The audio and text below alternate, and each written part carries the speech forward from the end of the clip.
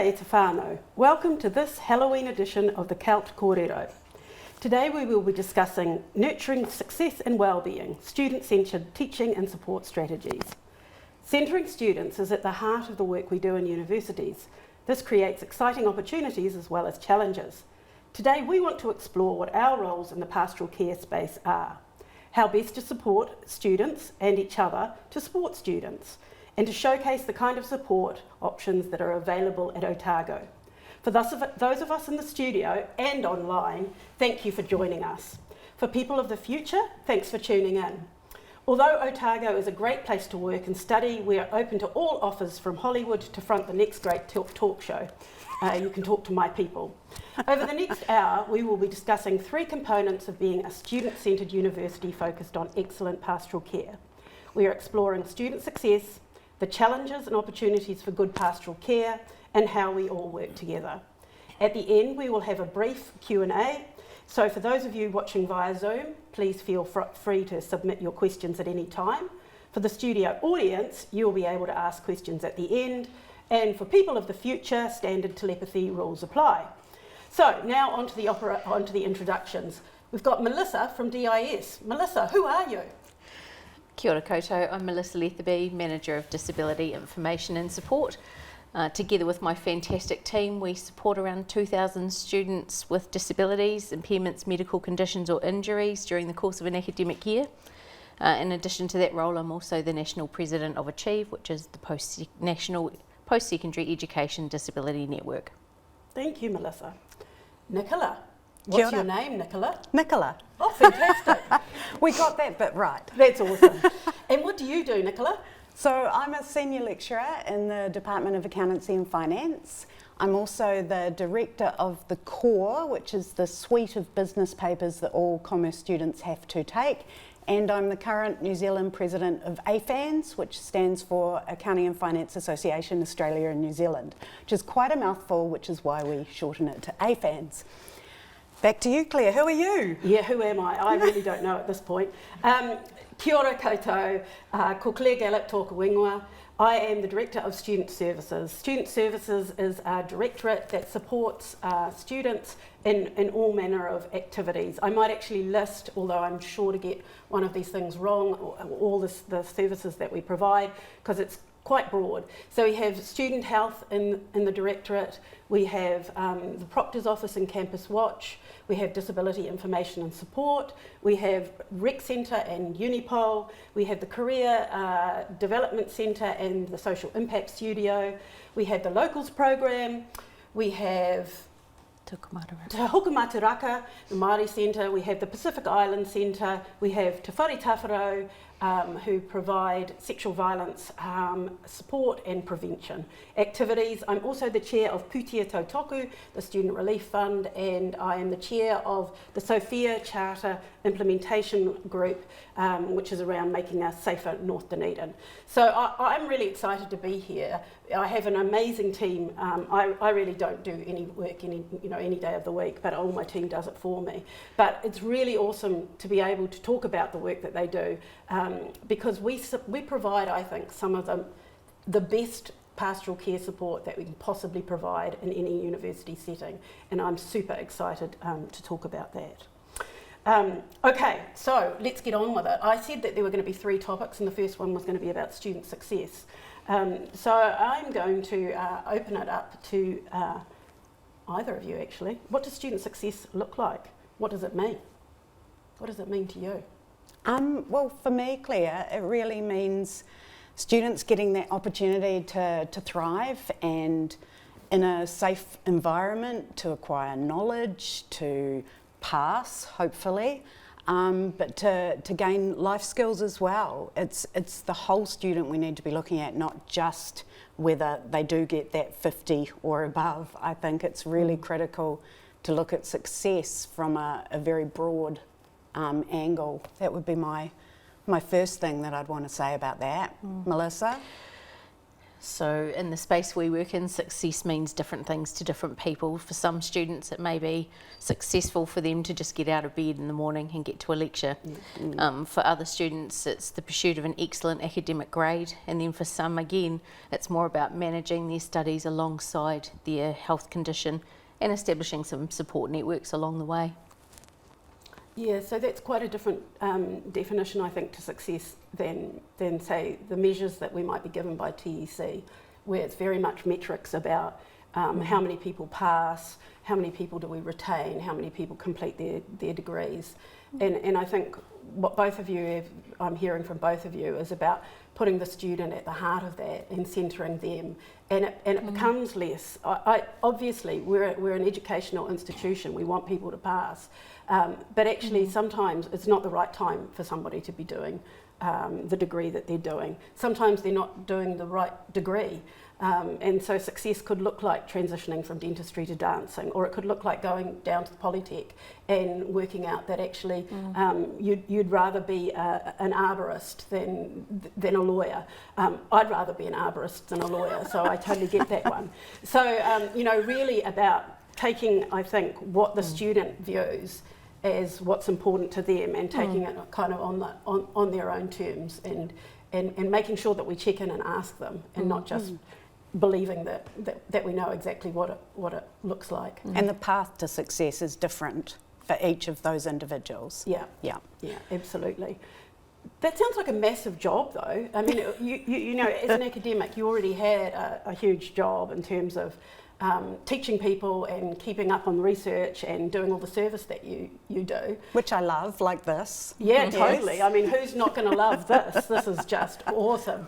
But you know, how do you manage that then? If what we're saying is actually it's different for every student, we're going to put the student at the heart of that and at the centre of it. Now it seems to me there's a lot more things that you have to do in a day than just be an expert in your area and keep up on your research and do research-informed teaching. Have you got any thoughts about that? Oh, I 100% agree, but it's about prioritising, I think. I think it's what's important. You know, I don't like the excuse of I didn't have enough time, because it's not always true. It's what did you prioritise. So if you prioritise student well-being, then you make time for it. And I think we have to do that as academics, or else we're not doing them justice. I mean, we're not there. Yeah, we have to be there for the student. Yeah, 100%. And you've done some really interesting research on how to support that space, haven't you? Yep. So you've researched into the importance of belonging. Would you able to tell us a little bit about that?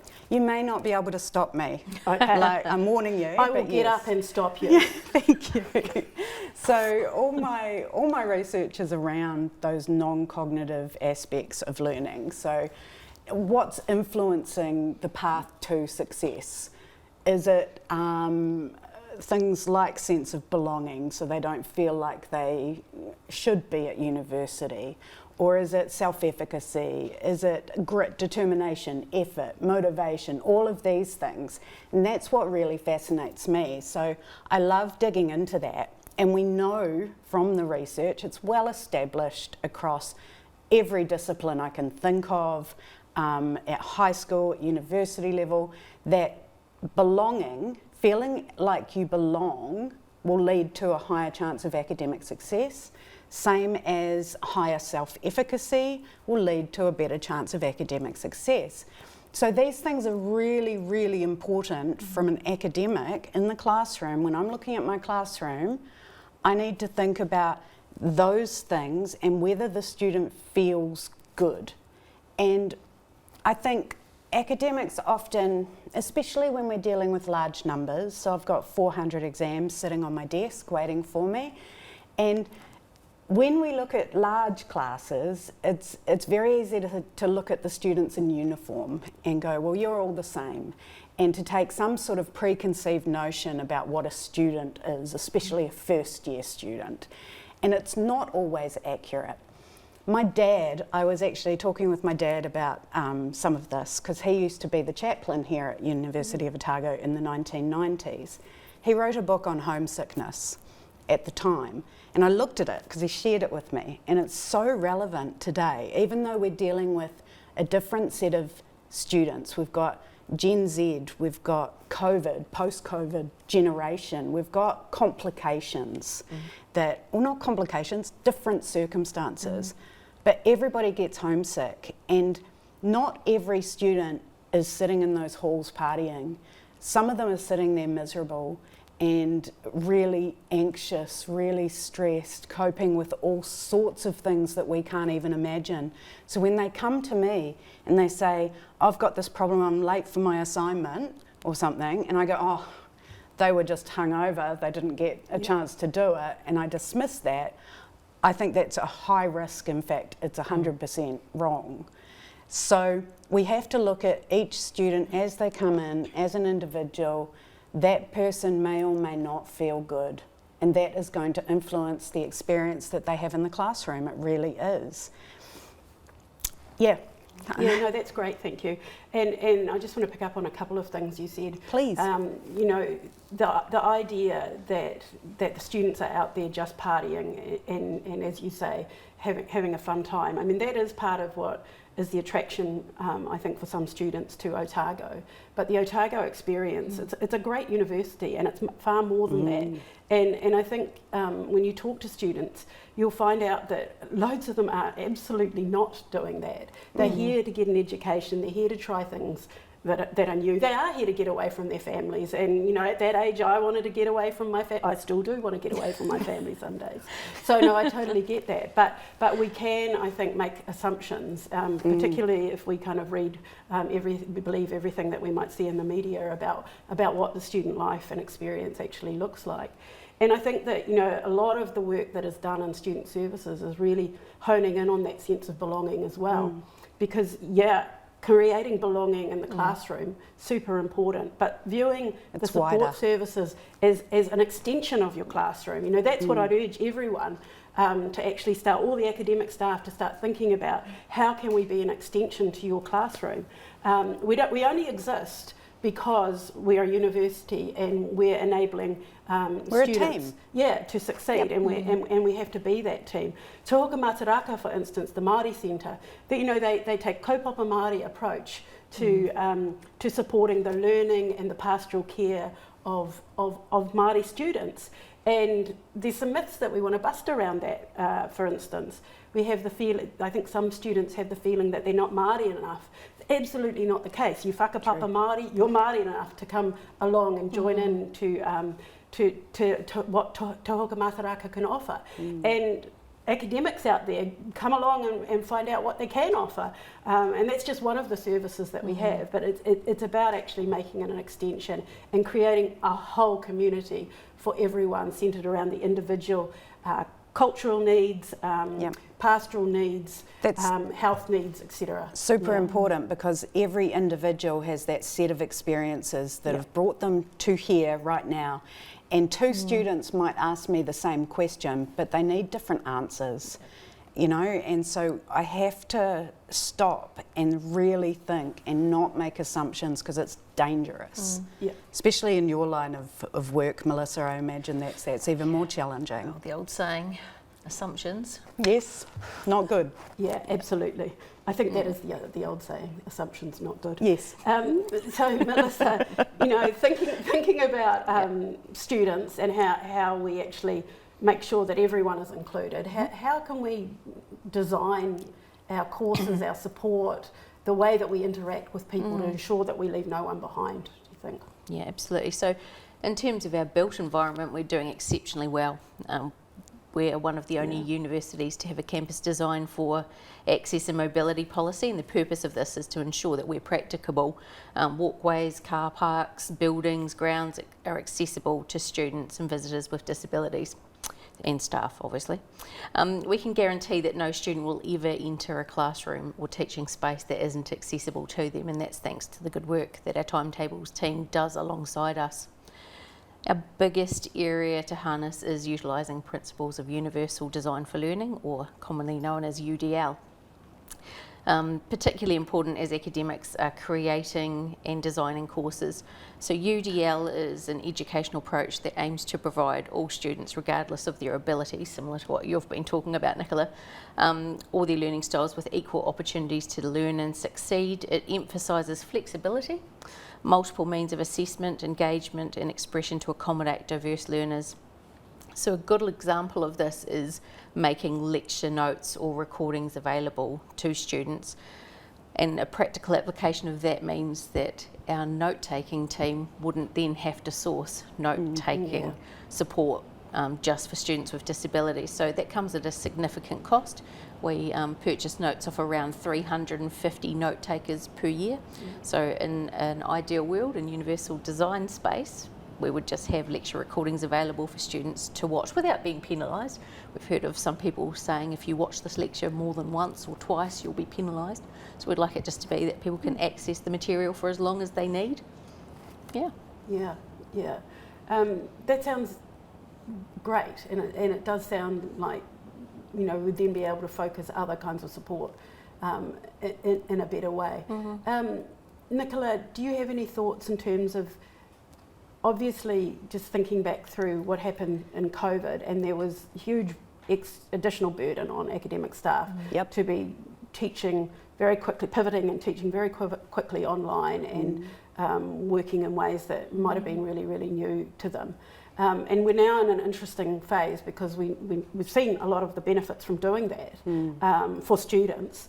And if we take the student at the heart of it, with, you know, thinking on, okay, well, people are still going to get sick. The reality is they're also, they're having to work more hours than back in my day when I was at university, where I had the luxury of doing a bit of work in the summer and then really just concentrating on my study. But now the reality is that they're juggling a lot of commitments.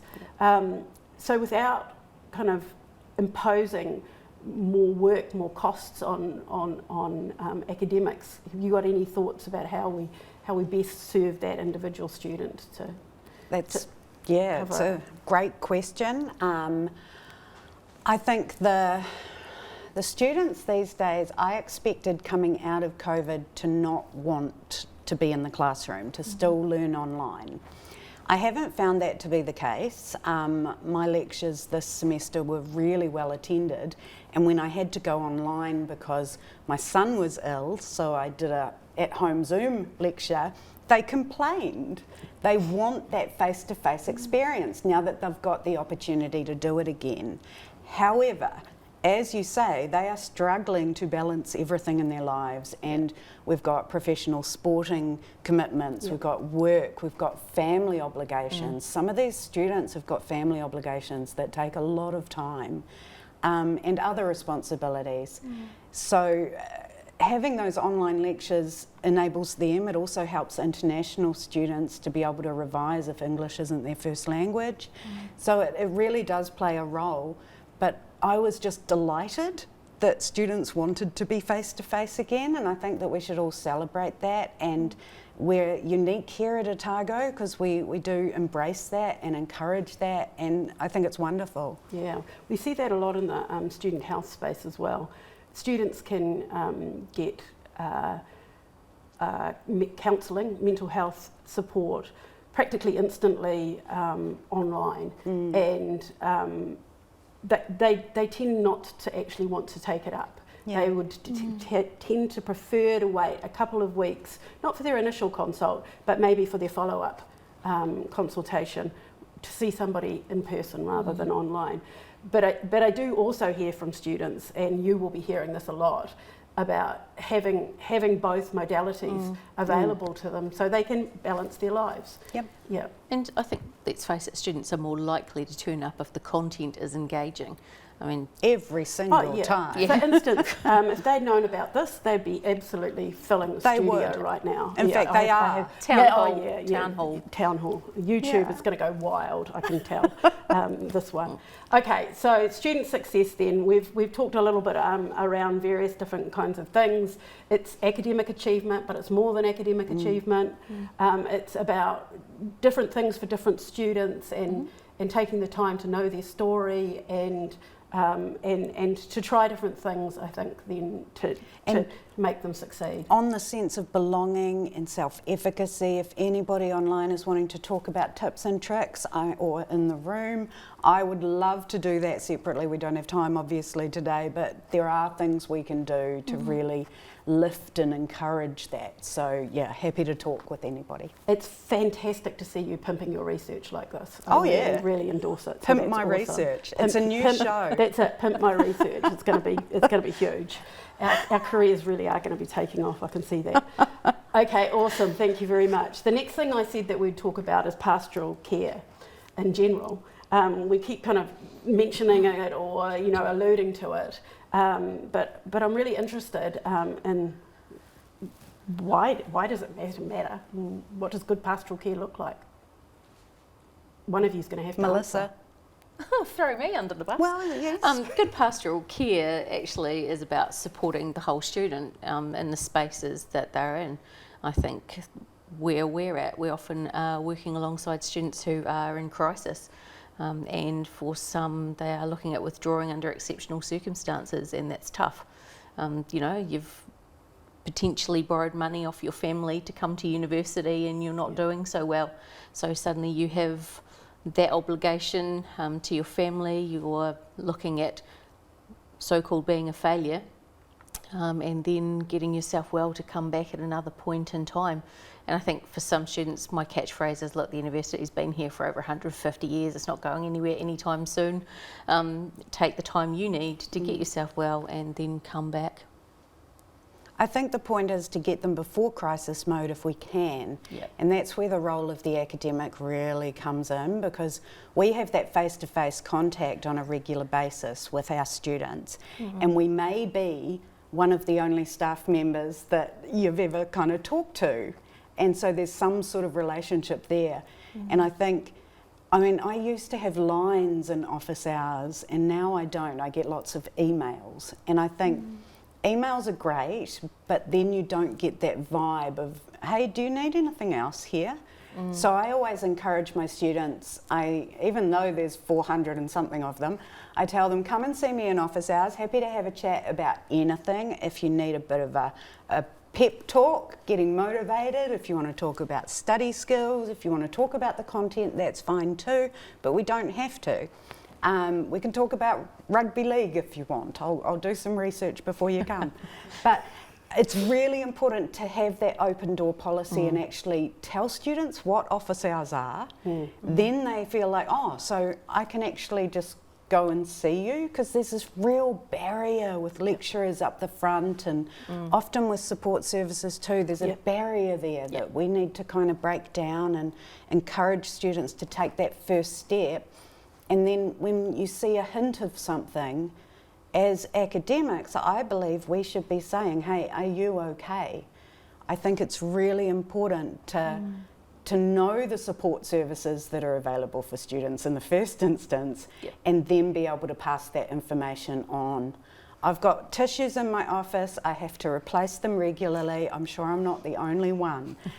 It's important to take care of our students. Is that just you crying, or is it the students? It's both as of well? us. I have used them, Claire. Yeah, no, fair enough, totally. Yeah, no, look, that's great, thank you. And I imagine that you do it really well, but it's quite hard to do, isn't it? Definitely, and I'm not trained in this area. Yeah. And I had a student one time who came in and broke down in my office. Talked about suicide, and inside of me I just sort of crumbled, because all of a sudden there was all this guilt on me, and I was like, I'm now responsible for this person's life, what on earth do I do? I sort of quietened that, and I thought, it's not actually about me, clearly, and talked with the students, said, how can I help? And are you aware of the chaplaincy, the student health counselling service, OUSA, just started listing things, and that, because I think different services fit different people as well. Absolutely. So it's having that wide range, but it's scary because I am not trained in it, and I've seen so many students, an increasing number sadly, with mental health issues, from major issues to minor, even just anxiety, or nervousness or post-breakup or whatever is going on for them, and they just need help. Yeah. Yeah. And I think you've really hit the nail on the head. It can be really scary, and it can be scary when it's just your job, can't it? Yeah. Melissa. Yeah, absolutely. Yeah. Absolutely. In terms of challenges we face providing the pastoral care in our space, well, how long have we got really? But there are always a number of challenges, and as a service we really do pride ourselves on providing a tangible academic support service where I guess we're building a relationship and rapport with a student. So we don't cookie cutter support. We work with individuals to provide that academic learning support, and I think that's what sets us apart from other services around the country, in that we do individualise the supports we offer. It can at times be challenging. The main university obviously had a slight decrease in numbers of students, but for us this year we've experienced a 12% increase compared with last year, and at its peak we experienced a 20% increase, so thankfully that's settled down a little bit now. But in terms right now, what's on top for me is the exam period, and we're tracking at 50% of an increase compared with other years. Wow. So that's big. Another challenge that we experience, and you've already touched on it, Nicola, is the prevalence of mental illness, and I think that's significantly worse since COVID. And a final challenge I would have to say would be those staff members who don't believe pastoral care is their responsibility. So I'm going to go out on a limb and say that I believe it's everybody's responsibility on this campus. I agree. And if you're working at the university, you should be invested in supporting students, or at the very least have the tools in your toolkit to know where to refer students to if you don't want to have that courageous conversation with students. And touching on that, I think it's our responsibility as academics to get to know people beyond your own little bubble. Opportunities like this, I now know Claire and Melissa a lot better. They'll be getting phone calls from me saying, Can't wait. I've got a student, you know, and I need your help. But that barrier that exists between academic and professional, let's just get rid of it. We are a team. We're all working together. The point is to help these students to thrive at university and succeed in whatever way that is for them. So let's work together. And the more you get out of your office and talk to people, the more you realise that these systems already exist, these people exist, these amazing people who do fantastic work, and we should be all working together. Yeah. I think it's great advice. One of the things that strikes me when you're talking about that, the idea of getting to know your students better and asking those questions, having those courageous conversations. There's another side of that, and I think it's something else that we can fall into, and that's around boundaries and how to give care and how to be involved in your students' life and academic development without actually extending beyond those boundaries. Knowing your own limits. Knowing your own limits, Yep. yeah, super important. Apply your own face mask first before helping others. Yeah, that's true too. And knowing that there are people whose job it is to do this stuff. And if you start thinking about the support services, and you know, I'd focused on student services, support services, but there are services beyond my directorate as well. There's international student support. OUSA student support do an amazing job and have the benefit of being really allied and integrated into the university, but not being part of the system. So they're really good at coming in and telling us when maybe we should be doing things differently. And I think that's a really important check and balance.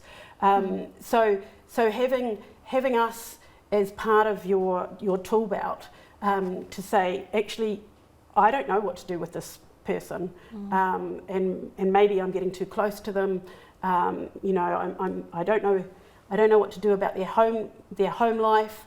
Hand it over to us. Absolutely. We do know how to help with those things, and so I guess that would be the message that I'd want everyone to kind of hear. So how can we get that message out to academics and general staff people like across the university, that if a student comes to you and you have a relationship with them, how do you find out who to talk to? How do we deal with that? Because I know a lot of people, especially academics, don't know who to ask. Yep.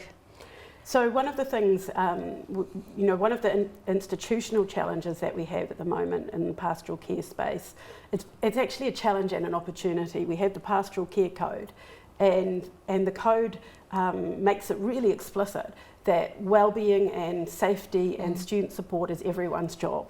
If you have anything to do with a student, it's part of your job. And that could just be saying, hello as you go past, or selling them a pie. It's all part of our job, right? And so one of the responses that the university has to the pastoral care code, and it's seen in the learner success plan as well, is to say, okay, we need to make sure that the holistic student supports that we have are transparent to everyone. Students will make this complaint as well. It's one of the big challenges we have. I didn't know that you existed. How do I find out about you? I just kind of accidentally found out about you. And it's a wicked problem, actually. It's a super hard problem because we have a kind of put everything online, and we'll get a response. We want to see more pamphlets. Put more pamphlets out there. We have a response. Actually, we don't want why are you destroying the planet with these pamphlets? We want to have it online. And so some of these things, they just are difficult, and they will continue to be iterative, and we'll continue to work on them. But as part of the learner success plan, as part of our response to the pastoral care code, we're creating a network for all staff in the university, where we can hopefully have every single department will have at least one person who puts their hand up to be a part of the pastoral care network, and there we can get into target training, and making sure that at least somebody in your department is really au fait with exactly who to go to and what the supports are. Because it's awareness, right? Absolutely. I mean, most academic staff that I know personally, when I mention the pastoral care code, they're unaware of it. Yeah. They do not know that it's their responsibility. Well, it is to take coming care. to a place near you, everyone. So under the pastoral care code, we are legally obliged to train you on the pastoral care code. So we'll be doing that, rolling out some training next year, and some of that will be online, some of that will be in person, and some of that will be through this network as well. And that will hopefully clarify all these things that we're talking about. Another exciting initiative that I'm involved in is that the Ministry of Health have funded us to create a one-stop wellbeing shop, and we're going to be doing that with an actual space on the Dunedin campus, but also doing it virtually as well. Yay. So that we make sure that people know at least where to start out. And student services have an approach that is no wrong door. So come in the door to anywhere, come into Melissa's service, she'll be, moving you along to the hokumataraka if that's what's required, working with them over to international student support, etc., etc. So I'm really hopeful for some of those things. Sounds awesome. That we can actually do a little bit better. So I think we have some challenges, obviously, but we also have, what I'm hearing is people willing to work together, excited at the opportunities to do that, and also some responses, I think, from the university as well. Making sure that we keep checking in with student voice. Really mindful of the fact that we're super lucky at Otago about how well we get on with our student association. They do amazing work for students, and we have really good relationships with them as well. So those networks of students too, that can happen in the department. You will have the disability student. You have an advisory group, don't you, Melissa? You want to tell us about that? Sure. So at Otago, we have the Otago Disabled Students Association. So they came back into being in 2021, I believe that was. And it's quite ironic that they were stagnant for quite a while because our service was actually founded by a group of passionate students on campus in the early 90s. That was the Disability Action Group, called DAG at that point in time. So they advocated for our service to come into being, which it did, and then now Otago Disabled Students Association is quite active, as is the National Disabled Students Association, and we're very fortunate we have two of Otago represent on the National Disabled Students Association, so it's quite nice to see how they've gone on and flourished from their advocacy at Otago. Our vision is actually to work in partnership with students, so we'd be doing a pretty rubbish job if we didn't value student voice. So we have many mechanisms that students can feed in, whether it be through the Quality Advancement Review surveys, our own individual satisfaction surveys, which we do track pretty highly on, not doing a plug for DINS and how great we are or anything, but Pimping DINS. yeah, so they generally track over the 90% in terms of satisfaction. There's always room for improvement, and we do value the feedback we get from students, and we weave their feedback into our planning for the next coming year. Great, thank you. So we've talked about some of the challenges in the department for an academic view. I think I might just touch a little bit more on some of the ones for the institution wide actually as well. And I mentioned the Pastoral Care Code. So the Pastoral Care Code we are legally required to adhere to. And you know, these things that are compliance driven can often feel like, why am I spending time doing that rather than doing the doing?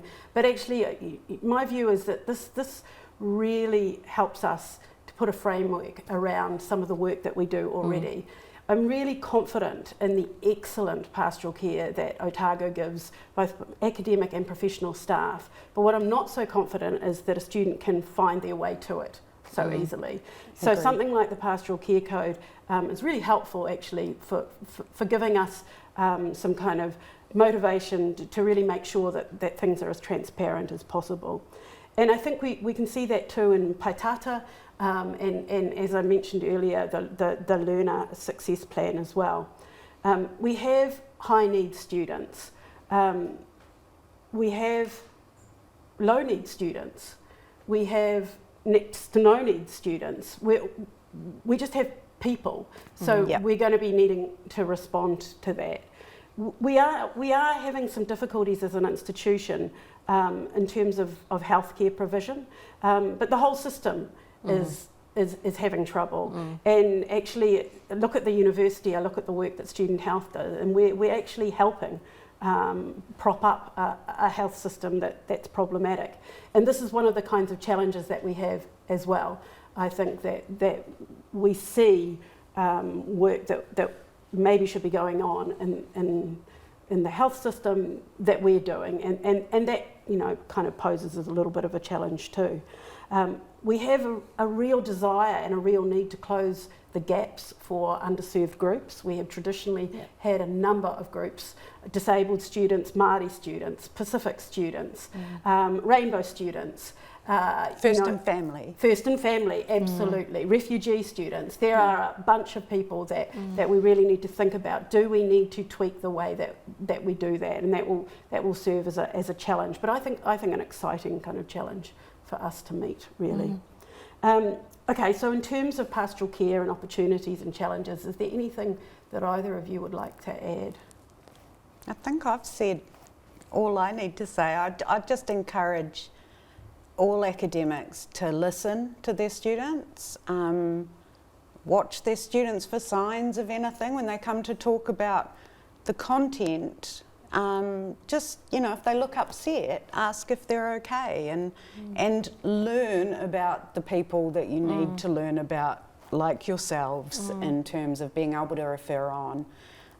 If you're working in isolation, you're really not doing much. So yeah, important to learn and reach out. Fantastic, thank you. Melissa? And for us, we always love the opportunity to raise disability matters across campus, and with the creation of Otago's Disability Action Plan, that's again coming to a space near you very soon, that will actually, my hope is that more staff on campus will be more disability confident. As I mentioned, we support around 2,000 students, so we have 15 staff members in our office, so you can work out the ratio yourselves. I'm not a mathematician, that may be more your space.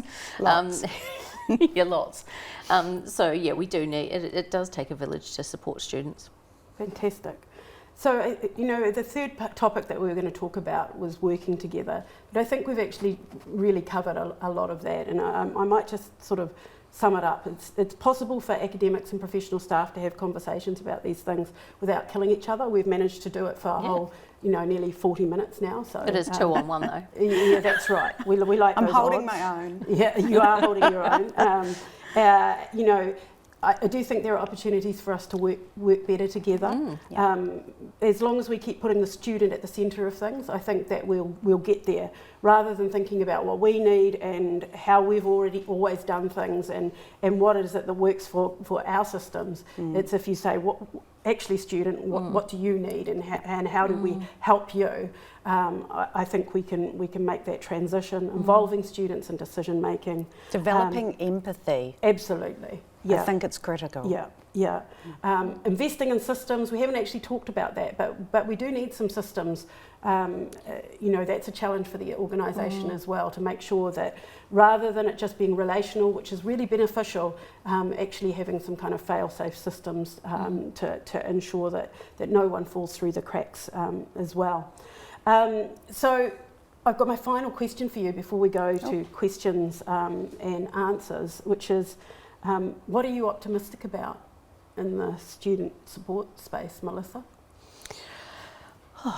I'm optimistic that student numbers are going to continue to rise. I'm optimistic that the Tertiary Education Commission is going to give us more than $500,000 a year to provide the academic support we do. It actually costs us far more than that, but I've worked in a small charitable trust and there's never going to be enough money, so it's about being creative with what you have. I'm optimistic that students will continue to smash through the glass ceiling. They will continue to thrive, they will get jobs, and our disability action plan is going to be fantastic. Brilliant, thank you. Nicola, what are you optimistic about? I'm optimistic about everything, Claire. It's just kind of how I am. I'm really excited about the Learning Success Plan. I think that is just amazing. I love that we have put that together, and I am so delighted to see how it's going to play out over the next 6-12 months, what I can do to help, what my colleagues can do to help, because it's just so fantastic because it's student-centred and trying to help them succeed as individuals, which is what we've been talking about today. I'm also optimistic about lowering that gap between us. I see optimism there. I think it's an opportunity for Otago to really blend and work together, again with the student at the centre. Brilliant, thank you. I'm optimistic about that too.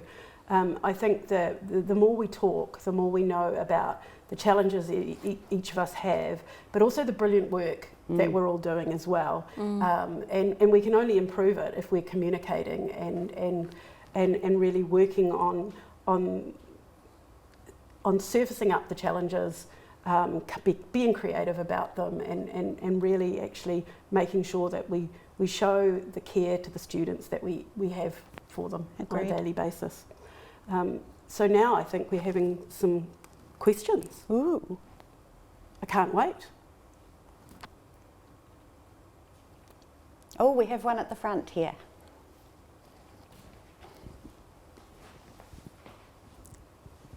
Kia ora, thank you panel, that's been fantastic. So Claire, I just want to touch on something that you commented on about our systems. So how do we track the students who don't approach with a problem? So they're not making use of those contact hours, they're not coming to the support services, either because they're too shy, they're a bit shamed, or they don't know it exists. So how are we identifying those people who are falling between the cracks, and what could we do to improve in that area? Thank you, Kate. That's a really good question. So this is where I think we need to be thinking slightly long term to invest in systems to make sure that we can actually do that. Right now we do what we can in terms of identifying people, but we need a learning management system that we can find out about whether people have actually accessed things. We need to have other universities have some really kind of interesting approaches using data and information within the first 3 weeks, have you checked Blackboard, have you actually, looked at something, having an early assignment, say, and have you actually engaged in that? If we had that information and we had a kind of system that could have that oversight for us, then we could respond to it. Currently we have things like the Academic Warning Project, which we make sure that when we know first semester that somebody hasn't passed half of their papers, that we contact them. But other universities are able, and we are not yet in that position, that we are able to actually identify a much more early warning kind of triggers for actually identifying that and acting on it. Can I add to that? Yeah. Oh, sorry, Melissa. You go first. I think it's the biggest challenge, really. The students we can't see. Yep. It's uncomfortable to know that there are students out there that are struggling and they don't come to us and we can't see them. They are in their halls, in their flats. Maybe they've gone home. It really is the biggest challenge for academics and professional staff to identify those students and identify them early. I think that early intervention is absolutely critical. It's really difficult when I'm dealing with hundreds and hundreds and hundreds of students to notice if one isn't there. And I want to notice, but the students who fail and are unengaged and not turning up, they are the ones that we need to be focusing on and trying to help. But how is the problem? So some of that technical stuff, the technology coming in is going to be so helpful. It's necessary and needed and important. Absolutely. Melissa? So for us at the beginning of the year, we will draw down a list of every student who's declared at enrolment that they have a disability impairment or medical condition, and we'll send them an email of introduction to our service. We also mention some of the other student services that are available on campus as well. We respect that not all students who have a disability want to access our service, and some people just want to have it notified on their enrolment that they have a disability, and then we won't see them at all. Others we may see semi-frequently, and others will only see us at exam time when they need alternative test and exam arrangements. Some students may choose to go it alone for semester 1. They're away from home for the first time, away from mum and dad or their family whānau, caregivers, etc. And then they realise at the end of semester that possibly a bit of academic support would have been helpful. Let's face it, we probably all made some pretty dodgy decisions and have learnt the most from those dodgy decisions. So everybody has the right to make mistakes and learn from those mistakes and access support when they need it. I've never made a dodgy decision. Oh. I might be about to make one now though. Tim, you've got a question. I have, Claire. As Dean of Learning and Teaching, I just want to acknowledge a really excellent Kōrero. I love everything you've said, and I love the values that underpin everything you've said, and I appreciate and share the optimism you have, so thank you very much. Quick question for you, Nicola. I've never taught a class of 400. Can you share any of those tips or tricks about how you foster a sense of belonging in a lecture to 400 students? Sure. So, first of all, it's about me enjoying what I do. I think that's important, because if I'm comfortable and I'm sharing my passion for accounting, which is a lot, and it's a lot to take on, it's about, first of all, me being comfortable. Once I'm comfortable and I'm developing that rapport with them, we get it. It's a live experience. It's such an amazing thing to experience. Every cohort is different, and you get this room full of people, and initially they're just staring at you like that's like, prove yourself. And you come in and you're like, hi, and you're open, and body language is so key, and it's that open and engaging, and I love what I do and I care about you and your success in my course, and let's do this together. And it's language like that really, really helps. So it's choosing the language, it's having the body language, it's loving what you're doing. If I walk in and hate what I do, then my students hate what I say and they don't really like me or my subject. And I know it shouldn't be about me whether they like accounting, but I'm the gateway to them enjoying accounting and then feeling like they're part of an accounting course that gives them that little bit of belonging that they need just for that hour to feel good. So that's a start. Yeah. You're just about selling accounting to me, and I'm not a numbers Come person. to my course. Come to my course. We have so much fun. Fantastic. No, I think we've got no more questions then. Okay. Zoom audience, you've let us down with no questions. But thank you very much from the studio audience. I think then we'll leave it there. I know that you could all listen to us for hours and hours. But to make that happen, you're going to have to contact our agents, and I think that we're going to hit it big after this. So be in Guaranteed. Quick. Guaranteed. Look, I'd really like to thank both Melissa and Nicola for your wisdom and for your insights. It's been really good to talk to you today about this. You know, it is a topic that's close to my heart, and I think it's a topic that's close to many people's hearts, and we really need to keep talking about it actually, so that we make sure that we do this as best as we possibly can for our students. I'd like to thank the audience, and I'd also like to thank the online viewers for your questions. I'd like to thank the Committee for the Advancement of Learning and Teaching for supporting this Kōrero series, as well as the media production team for making the magic happen. It's hard to believe that together we have a combined age of 792, but through incredible technology, we look like half of it. Look, tune in again for the next episode of CALT Kōrero, or just watch this one over and over and over again. Until then, noho ora mai.